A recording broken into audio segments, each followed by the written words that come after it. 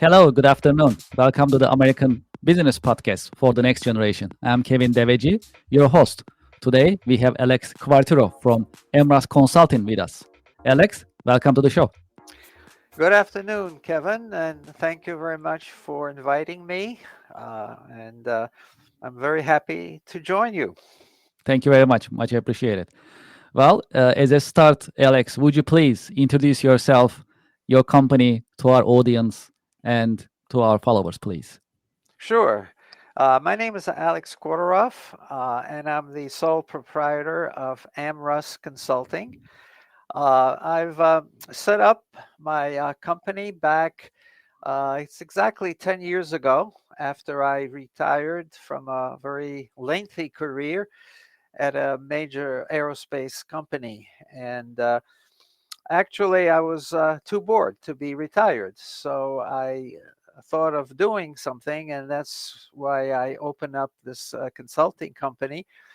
And the purpose of my company is to help small to medium-sized companies get certified, primarily with ISO 9001, which requires the company to have a quality management system. And also, what I do is, in addition to helping the companies get certified, you have to maintain the certification. So that means that every year there's a surveillance audit to make sure that the company maintains their quality management system consistent with ISO 9001. So it also requires for the companies the company have an internal audit, which I do if they desire that. So every year I have to perform an internal audit prior to the audit by the registrar. Registrar is the company that performs the certification. So I'm very small. I operate basically from word of mouth. I don't have a website because I want to still keep it small and manageable, and so I can enjoy doing the work. Okay, that sounds good. Well, one of the things that I've been always wondering is how did you start your career? Well, that's a long story, but I'll make it short. My background, my educational background is electrical engineering. So I started to work, and I got to say, most of my career was in avionics. In other words, developing equipment for both the commercial and military aviation customers. So initially, I was doing electrical engineering. Then the the microprocessors showed up. So I became very interested in developing the hardware with embedded microprocessors and embedded software. And as I progressed in my career, I became a project manager. And then I was actually managing programs in the last, maybe 15 years of my career. So at a certain point, I decided to retire. And that's how I started my consulting business. I understand. Well, speaking of consulting, what are the most exciting and challenging parts of your job? Well, obviously, going from a corporate environment to a sole proprietorship environment is a big difference. And I had to obviously, in the early days of forming Amrus Consulting, I had to get to make sure that people were aware of my existence. A lot of networking.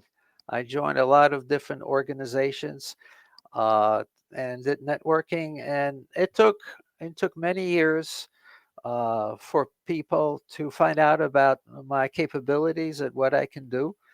Then it started to work out. And then, of course, COVID came around, and that really almost got to the point where I was thinking of shutting down my business. But thank God COVID was over and business picked up. So, now I'm very busy. And obviously, it's a challenge to help an organization to become certified because there are a lot of requirements, primarily in the areas of quality management that they have to satisfy. And sometimes it's really changing the mindset of the company. They may have certain aspects of it already established, but uh, they are certainly don't meet all of the ISO requirements to be certified, and that's what it takes. It's working with their management and their senior people, and actually with the workers, and convince them that following what the ISO requirements are will actually help their organization. So it's a challenge, and it's also very rewarding to see them get certified. Um, so it's a good challenge, but I enjoy that effort, doing that effort very much. Great. Thank you very much for this. Well, I like to shift it towards quality management a little bit. So when we look at ISO 9001 or for the aerospace AS 9100, for our audience and to keep the podcast as educational as possible, why are they important? And why should companies, especially manufacturers and businesses, comply with ISO 9001, or if they're in aerospace industry, should comply with AS 9100? Okay, that's a good question. Um, Sometimes companies are not aware what benefits it is to be certified to some ISO standard. Now, let's talk about AS 9100. Now, AS 9100 is the standard that supports all aerospace and space applications. So, if your organization in any way, you can be a supplier, maybe a supplier to a supplier to a supplier, no matter how many levels you are under the actual prime. Uh, if you were to supply components or parts to the product that will eventually be installed in the aircraft, you have to be AS 9100 certified. Otherwise, you would never be able to sell any of your products to through other distributors to the prime. So the advantage of being AS 9100 is that number one, it requires you to meet certain requirements for your quality management system, and that includes. And certainly AS 9100 is more stringent than ISO 9000, even though all of the elements of the ISO 9001 is included in the AS 9100. But there are certain provisions, such as dealing with obsolete parts, certainly testing. Testing is much more critical in AS 9100. Well, obviously, because your product eventually is going to wind up in an aircraft, and obviously, you want to make sure that the final product obviously has no, let's say, discrepancies that would cause to some injuries occurring during the flight. So that's why AS 9100 is a very demanding standard in the area of quality management. Now, if you're not involved in the aerospace business, certainly ISO 9001 is a subset of the AS 9100. It does still require you to comply with all of the ISO quality management standards. Um, and again, here, as you realize, to become ISO certified, there's a cost involved because you have to invite what is called a registrar. So that's the organization that provides the certification. But every year you have to be recertified, going through a surveillance audit. So that's involves some cost, obviously. But if you're required, whether because management decided that the organization will be ISO certified, or because maybe your customer may require you to be ISO certified to be able to provide some component to their system. Either case, if the decision is made to be ISO certified, then you obviously have to maintain that system and be audited on a yearly basis. Now, the other point I want to mention is that if, let's say, you don't really need to have a certification, but you want to improve your quality management system, you can also adopt all of the, let's say, the standards that ISO 9000 requires, but only be ISO compliant. So this means that you follow the ISO standards, but you're not formally certified. So the advantage of this is that you improve your quality management system. So that should certainly your company should become more attractive, more efficient. Uh, and then if you're ISO compliant, then it's very easy if at some point you need to become ISO certified, then you can then call the registrar and go through the certification process. So I think either way, whether you're either ISO compliant or certified, it will definitely make your organization much more efficient and hopefully much more productive. I have actually exciting questions about AI, but before I go to the AI part of the world, I have one more question about quality management. Well, quality means what the customer needs and how we conform with it fundamentally. So when we look at quality management systems, you've been working with, you have decades of experience, so that's really exciting. Also, you are working with many different manufacturers because of the nature of your business. You are working with the manufacturers. So based on your professional um, your observation and what you have been seeing in the marketplace, what are the best practices that you have been seeing in the market in terms of quality management? Well, there's a lot of aspects to quality management. I would say maybe the most important one is continuous improvement.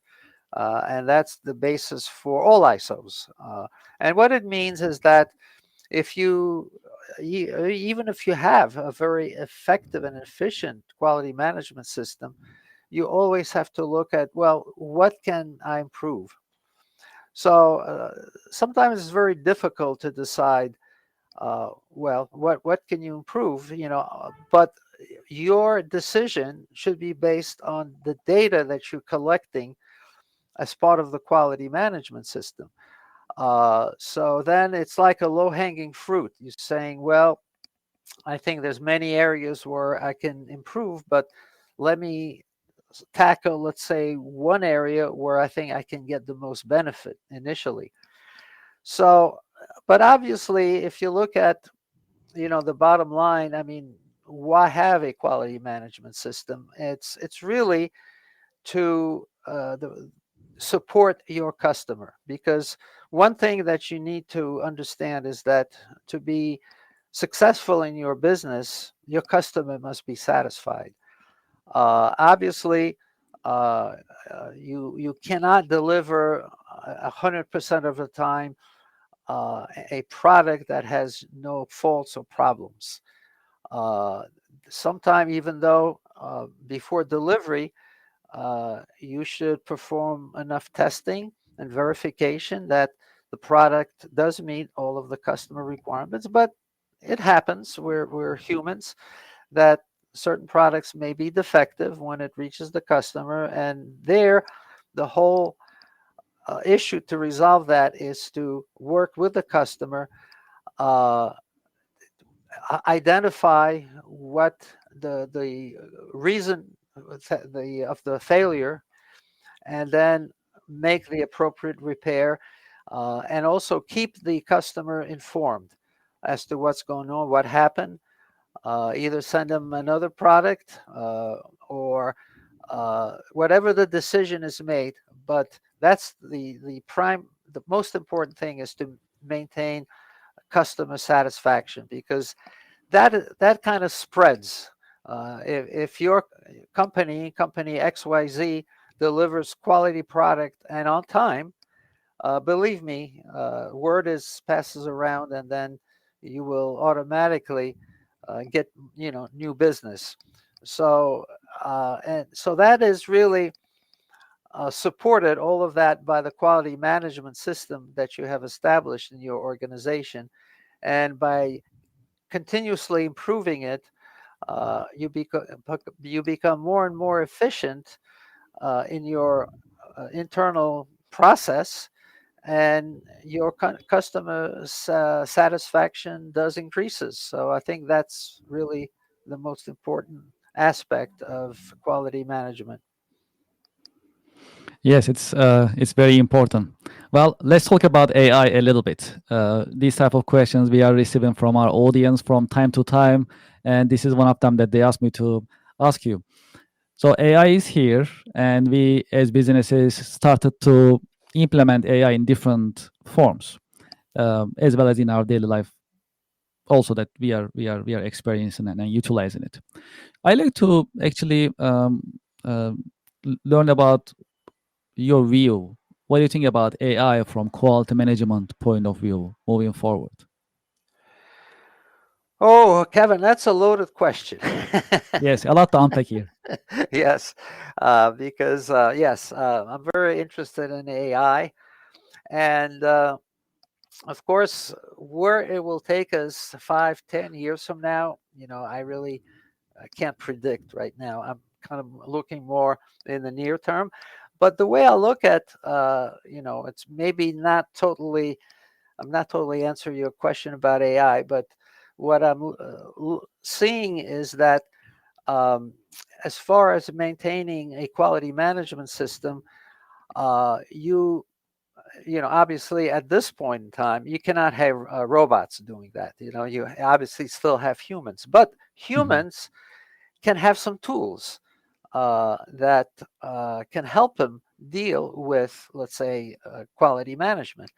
And I have to tell you, quality management, to maintain the whole process and meet ISO certification, requires you to maintain and analyze a lot of data that the QMS generates. Now, one way is obviously the traditional ways to maintain and look at the data manually. You can store it in file cabinets. Some of the data you can store electronically. But the way I see it, where now the improvement is proceeding, even though it may not fall exactly under AI, is to have a software tool, a quality management software tool. For example, American Workflows has a quality management American software that is specifically tailored to maintaining the QMS system to meet ISO certification. So, uh, such a tool really helps you because, first of all of the information data that you need is located in one place. It could be either a local server or remote server, but all the data required for ISO is available under this tool. So, first of all, it helps all of the employees because they know where the data is. They don't have to look for it and find it. And even the more important thing is that that tool helps in performing the audits, in conducting the audits, because when the auditor comes in, he then only has to look in one place, namely under look at the data stored under this quality management tool.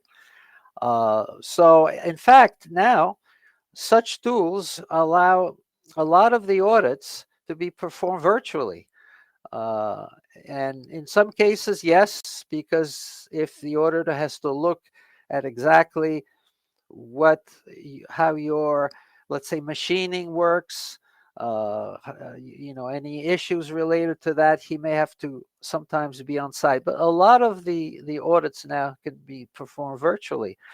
So I know maybe I didn't quite answer your question, but I think it's a first step. It's only a first step in applying what I call, in quotes, AI in dealing with maintaining quality management system. Now, in the future, I really don't know. I can't really predict because sometimes AI does magic, and you just are surprised as to what steps can be taken to make these improvements.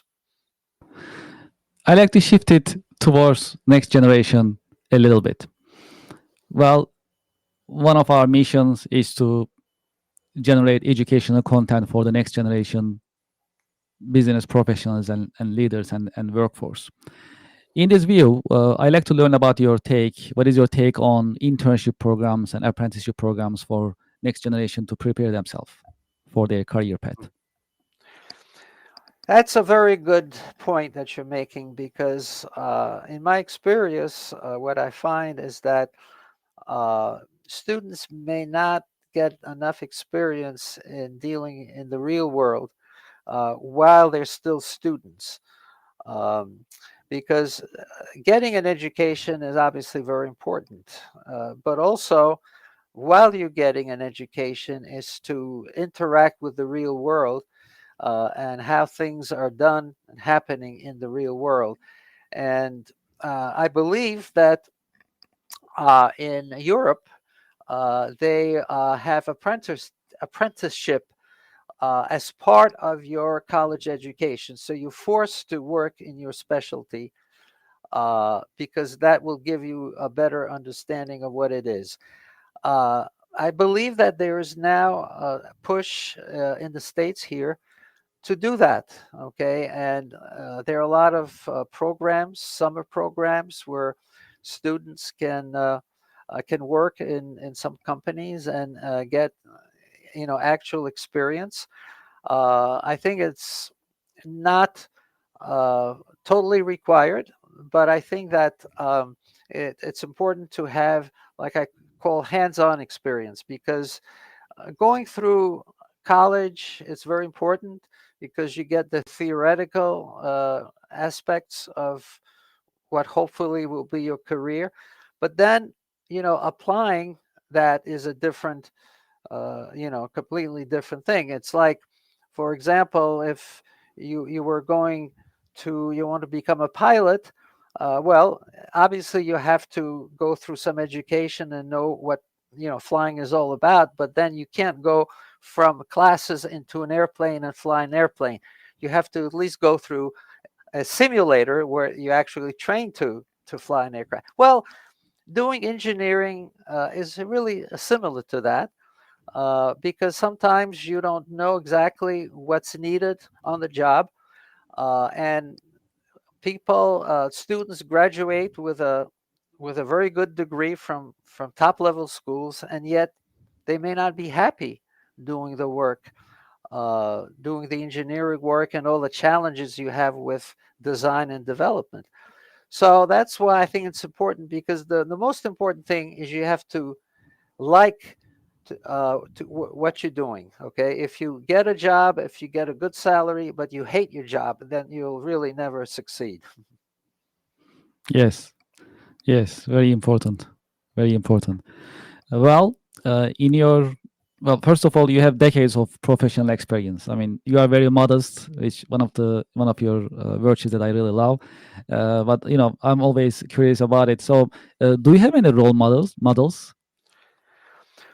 Well, Yes, because I'm always impressed with successful people, because they really started from nothing, and then they became really build up really tremendous organizations. And I can name a few, certainly like Elon Musk, Steve Jobs, Bill Gates, Jeff Bezos. Now, maybe on a personality wise, maybe they're not the most pleasant people. Okay. But what they've accomplished is unbelievable because all of them started from scratch.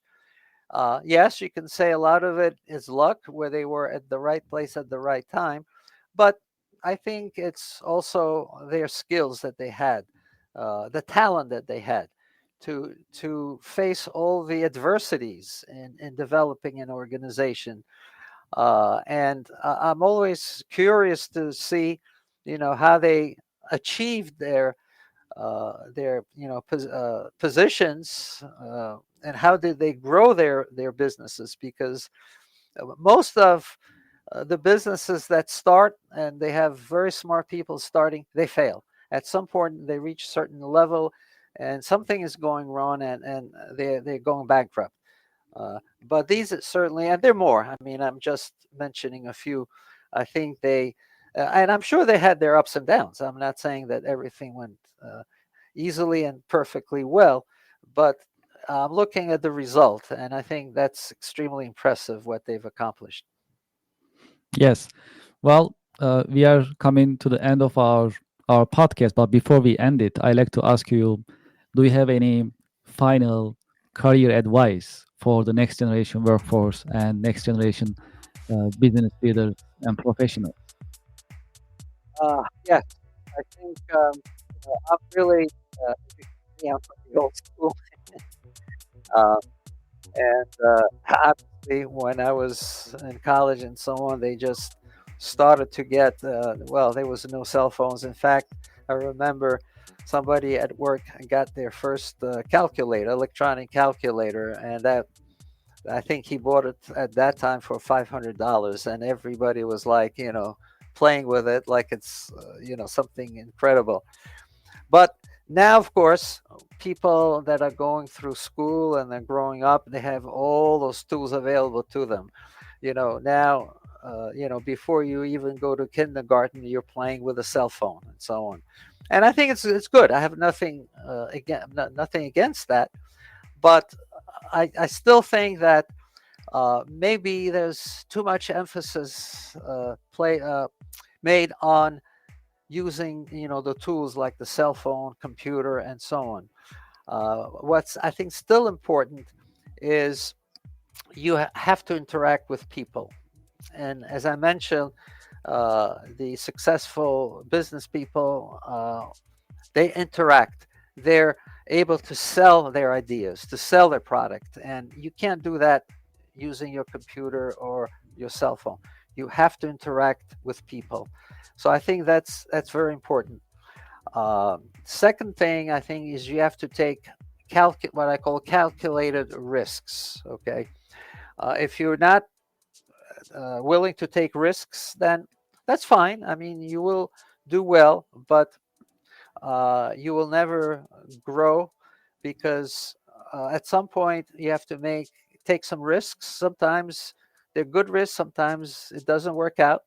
But unless you do take risks, you'll never really uh, make your business, grow rapidly and successfully. Also, you have to persevere in achieving your goals. You have to set your goals and go after them. Uh, Maybe sometimes you set too many goals. That makes it difficult. But maybe you have to set some near-term goals and then really go and try to achieve them. Once you achieve them, then you set other goals and so on. Okay. And obviously, the last point, which I kind of already alluded to, is to be able to interface with people.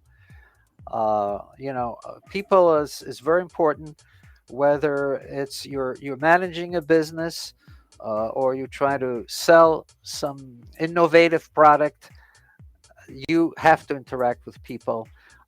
So you have to have confidence in yourself that you can not be, afraid of confronting an audience and people, and that you can, and like I said, that's probably one of the most important things for successful growth of whatever your goals are.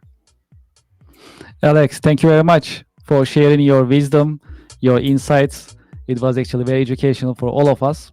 And thank you for spending time with us this afternoon in your busy schedule. Well, and thank you again for inviting me. I thought you asked the very good and pointed questions, which hopefully, the younger generation or even the students would listen to that and maybe, think, maybe give them some ideas of help them to develop their, potential. So again, thank you for this very good interview. Thank you very much. Thank you, Alex. Okay, great. Bye-bye. Thank you. To our audience and to our followers, thank you very much for watching us. Every Friday at the American Business Podcast, we have an expert. And as we always say, knowledge is power, and let's learn from experts. Next Friday, we're going to have 4 episodes back to back. So there's going to be a lot of knowledge, a lot of insights, a lot of wisdom to share with you. And looking forward to seeing you next Friday in our episodes. Thank you very much and have a nice weekend.